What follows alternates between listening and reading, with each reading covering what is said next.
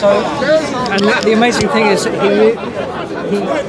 he doesn't override human personality. So each author has its own style. That's why I didn't answer. Prophets having personality. Sorry. Yeah, and he was missing something. Each have their own style, but God uses that personality still to accomplish His purpose, and oversees that whole process from Jesus preaching and teaching and being crucified and rising again, and the accounts of His sayings and life being written, and then that being written down originally and then copied and disseminated. God oversaw that whole process, so that we have the Bible in thousands of different languages, and there's only a few people groups that have not heard that message, and that's the key thing, and that comes back to what you're saying about the Aramaic. Yes, Jesus would have spoken Aramaic, and there's a few phrases that are retained in the New Testament in Aramaic, but it was written in Greek because that was the language of the empire at the time. If you wanted to communicate the message, that was the message that you wanted to communicate, and it was written in Koine Greek, which is the common Greek rather than the highbrow Greek, because they wanted to get the message out. And that was the important thing, to get that good news about Jesus out to as many people as possible. So it was copied and copied and copied. Okay, great. Yeah. But God oversaw that process, and I think because we've got so many manuscripts existing today, we can have confidence of what the original was. So I guess what I'm saying is that if Christianity was a religion for mankind, it should be relevant for mankind. Absolutely. In terms of its preservation, in terms of its language. Yeah. If we now compare that with the Qur'an, Aramaic is not a live language. In fact, you yourself have said that only fragments are remaining even in the New Testament. Yeah. However, the Qur'an was revealed to the Prophet. Yeah. It was revealed in Arabic. The Prophet spoke Arabic. Today we read it in Arabic. And yes, we have the English, but the English is heavily reliant upon the Arabic. If something can't be... So then if Aramaic is there and it's not a live language anymore, it actually proves the argument that Christianity is not a religion for mankind. It was a religion for its time and place, which actually confirms what Islam says. In fact, it confirms what Jesus said, that I've been sent to the lost sheep of the house of Israel. He didn't say I have been sent well, I'm sure there's other quotes, but the point coming back to this, surely Aramaic should be a live language. Arabic is, I think, 5th most spoken language in the world. It's a live language. But then again, again, you can correct me. Sorry, just in case I forget about the prophets. Because sometimes you mention things, I don't want to interrupt. Thank you. And so that's with the preservation. The second thing, I think I said this a few times, God oversaw the preservation. But we know in the early scriptures, it's impossible. I don't think any Christian makes this claim that the Bible was copied studiously with 0 mistakes in it. In fact, Mark, this is an issue that happens, that when you copy something, for you to then take it off me, you have to then copy the copy. So I've made, let's just say, 5 mistakes in there. You've copied my 5 mistakes, and you've now inserted your 5 mistakes, and that's 10 mistakes. Now then somebody else gets it. So they might have 15, but they might be like, this looks wrong. Now how can that person confirm which mistakes we made and which mistakes he's changing that he thinks we made? I think the thing is, I think I know what you're going to say. We know we know where those textual variants But that's are. what I'm saying. Only and they don't change any meaning or doctrine. But that's the thing. In the footnotes, yes, you've got John 7:5-3, and you've got the last 10 verses of Mark. 2 examples where it has been mentioned in the footnotes that, look, this has been entered by the scribes. No, it doesn't actually say. The footnotes say these verses are not found in the earliest manuscripts. That's what it says. The Bible that I checked, it said this was entered by the later scribes. This was the New International Version. Really? I've got the international version here. It doesn't say that. In fact, there's a good... Does your one have the foot? There's a really good actually argument that it was because they talk about it maybe being in the wrong place. But some scholars are saying that it was part of the original, but its position. Because the language, the words it uses, the way it joins on. Yeah.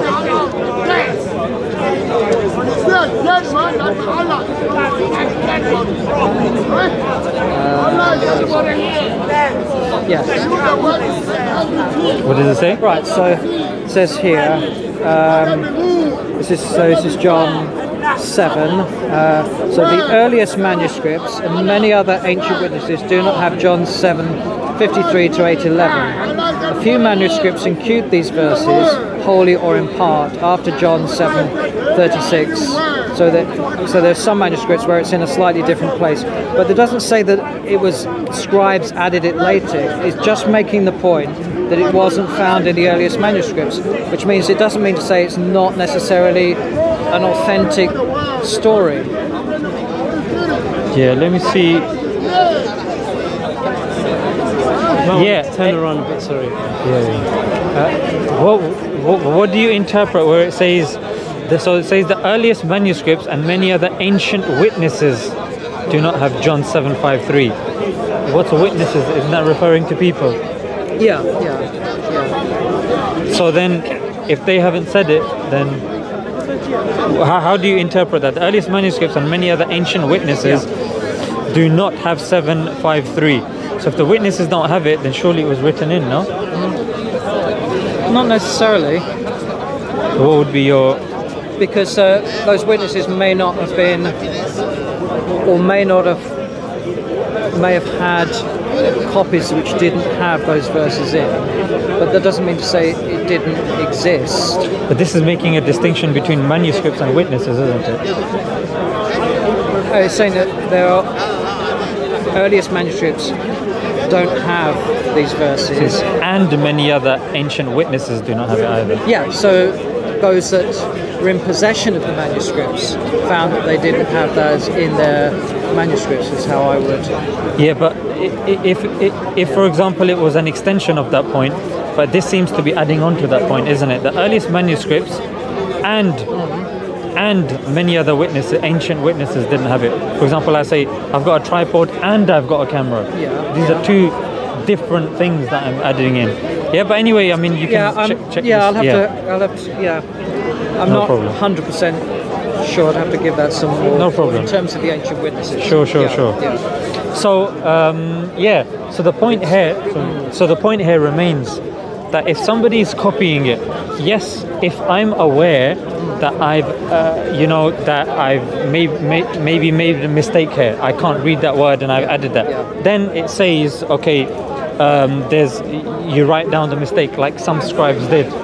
Yeah, it's the Codex Vaticanus, I think it's Hebrews chapter 1 verse 3, if I'm not mistaken, where a word was added, then it was changed by another scribe, then it was changed again, and then the scribe actually left a message saying, stop changing the word of God.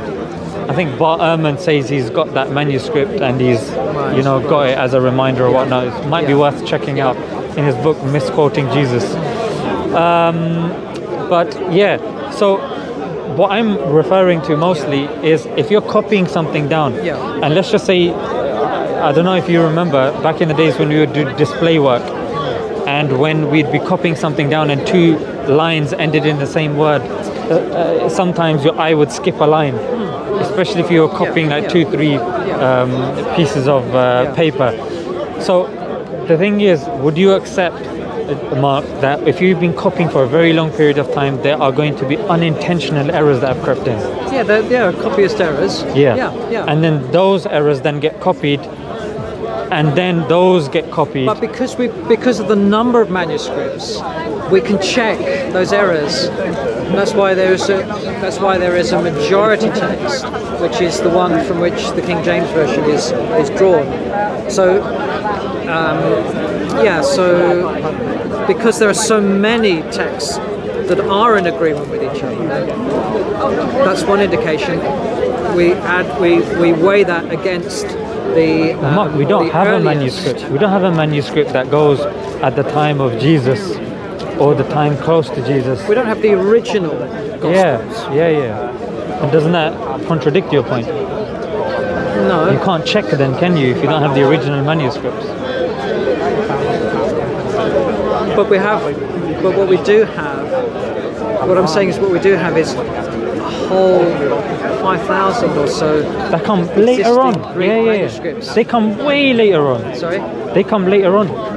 Some do. But In there fact, are the some Greek earlier ones came after the Latin ones. The Latin ones were done first, then the Greek ones were done afterwards. And if you look at the Latin ones, same issue happens there. So if you're saying you're relying on the Greek ones themselves were relying upon the Latin ones. Yeah, but we could all.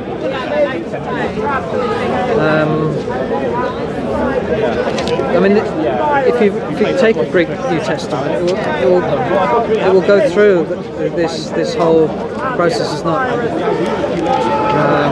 There's not time now, but it tells you how it's arrived at this is the Nestle-Ana, which is more of an eclectic text. But the Greek one was actually a translation of the Latin one. Sorry? That's the chronology. The Latin one comes first. Don't think so. I'll have to check. Check it. Yeah. So, we can go back to, this is an amalgamation, if you like, of the most reliable texts. And we can compare our translations with the text, so we can have confidence. What manuscript is that from? Sorry? How long ago did that manuscript come after Jesus? Does it say? Well, the earliest Gospels were, the first Gospel written between 30 to 60 years after the death of Jesus, which is still pretty early. Not early enough. Still within a generation, there were still those alive that could have 30 to 60 years is a long time. And for a person... But then again, the Hadith come 200 years after. No. The Hadith are actually compiled from the time of the Prophet. They start the compile. In fact, I can right here tell you Hadith and the chain and everyone in the chain. But the Gospels were written by those that lived with Jesus, like Matthew and John, and that heard him and saw him, wrote down what they heard and saw. And I believe inspired by God. Sorry? At that time, when Jesus was there. Sorry? Well, I think Matthew, for example, was a tax collector, so I'm sure he, not beyond the stretch of imagination, that he would have written notes, which is why he was... You could say how many were sat down and Jesus fed. The thing is, Mark, we don't need stretch of imaginations. I guess the point that I'm trying to say is it has to be solid. Yeah, to me it is. Yeah, the thing, look, Mark... You're talking about textual variants which count for 0.05%. It's not even that. It's not that. The point, Mark, that I'm trying to say is, look, if there is a book... That's my issue with Bart Ehrman. He focuses on the 0.05% and forgets the 99.5% that where you've got agreement in the text. Where are my people? Who are my people? No. Anyway, we're getting to quite technical discussions on manuscripts. No. Mark, the thing is, look, I understand it's your belief. I'm not here to convert you or anything like that. The thing is, look, if we're claiming that a message, for example, I'll be honest with you, I'm making the claim that the Qur'an has been sent for everybody. The religion is accessible to everybody. We have ways or fingerprints or signs of God that are clear for any person. There's no stretch of imagination. There's no I have to do this, I have to do that. It's clear. And look, if something is coming for mankind, it has to have the fundamentals solid. I guess that's the only main thing that I'm trying to say. And I'm saying the fact that that can't be done for the Bible. I understand that. Look, I'm not denying that. The Qur'an mentions Jesus many times. There's a chapter on Mary. In fact, think about it. Why would the Prophet Muhammad, his name's mentioned 5 times. I think Jesus' name is mentioned 25 times. So I mean, that's the beauty that the Qur'an and even the way it speaks about the previous prophets. There was one thing that I read in the Bible, that fallibility is one thing, and I guess that's what when you were talking about fallibility and you mentioned prophets, there's one thing that's in the Old Testament about Lot being intoxicated by his daughters and then them having intercourse. It's just stuff like that. Like we in Islam, there's no such mention of anything obscene like that about a single prophet. All prophets are supposed to be messengers, hand-picked guidance for people. If a prophet is having sex with his... but then for us, Lot is not a prophet. That's one thing. So what is Lot? It's interesting because he's a fallen, fallible, sinful human being who nevertheless looked for the coming of Messiah for redemption, and that's why in the New Testament he said that Lot was a righteous man, because he was looking for that righteousness that God would provide in his Messiah. And to me, the Bible's, I think it was Oliver Cromwell who had his portrait painted, and he said, "Paint me warts and all." And I think, today there's a tendency, we like to airbrush our photographs, people on Instagram or something, they airbrush their photographs. To me, the Bible is authentic, it's honest, it's earthy, it's raw, it's real. And that adds to its authenticity. Now, to me, that you might recoil from some of those stories, but the fact that it's there makes it more authentic. It's not trying to cover anything up. It paints it warts and all. And it gives, it's not, many of these things, like David committing adultery, are not examples for us to follow in. The whole point is that we learn from that. We learn from their mistakes, that we don't repeat those mistakes. We see David looking at a woman and lusting after her, and we think, hey, there's a process here. He looks, he lusts, he then commits adultery, then he commits adultery, Guys, stop. and then he has a wife murdered. Let me just finish. So we learn from that, hey, if it starts with the look, we need to avoid the look. So there's a lesson there. So even when it contains these things which you feel or may recoil from, to me they're there for us to learn from. They're not examples to follow in. So some of the lives, if you look at some of the lives of the patriarchs, Abraham, Isaac, Jacob, they all did things. It was a very dysfunctional family, but God uses sinful, fallen, fallible human beings for his purposes, and that's the good news for us, because we're the same. That God can use me, a weak, fallen, fallible human being, as a vessel for his gospel. I'm not perfect, and my life is not perfect. But if that book has been revealed for the whole of mankind, it's been revealed for the whole of mankind. Kids are supposed to be able to read it. Adults are supposed to be able to read it. Grandparents are supposed to read it. That sort of stuff, you can't sit around a fire and read. I mean, the thing is, I think you can. like, I'll give you an example. Like, even when you're talking about Ezekiel 23, where it talks about the genitalia, it says genitalia the size of horses and the emissions like donkeys. I'm going to be honest, I wouldn't be able to read that in front of my son. And when it comes to scripture, you should be able to read it. You should be able to read it in front of your son without saying, "Oh, I'm just going to leave that bit out for now. I'll do that when you're a bit older." For example, would you be able to read that to your 5-year-old child? For the donkeys have huge penises. Guys, you just got to be real. Can I say something? I personally would. Guys, I mean, you still but there are don't things that see they it. perhaps. Oh my God. It's not the most. To a 5-year-old child? I think with a 5-year-old child, I would tend to stick to the main stories. Obviously, as they get older, they can read the other parts. I suppose if I was reading the whole of the Bible through with them, I would probably do that when they were a bit older. But there are still stories that they can read and learn from. But it's there. It's there. God intended it to be there for a reason, for a purpose. That's where we differ, isn't it? Because if the thing is, if you're claiming that something has been preserved, there needs to be evidence to back it up. And I respect the fact that you have a strong belief. But the thing is, that belief, if you're preaching that belief to somebody else, you have to be able to back it up. Yeah. That belief does have to be solid. No, yeah, but my foundation is the life, death, resurrection of Jesus Christ. That's what it rests on. Which is not preserved, isn't it? Sorry? It's not preserved. And it's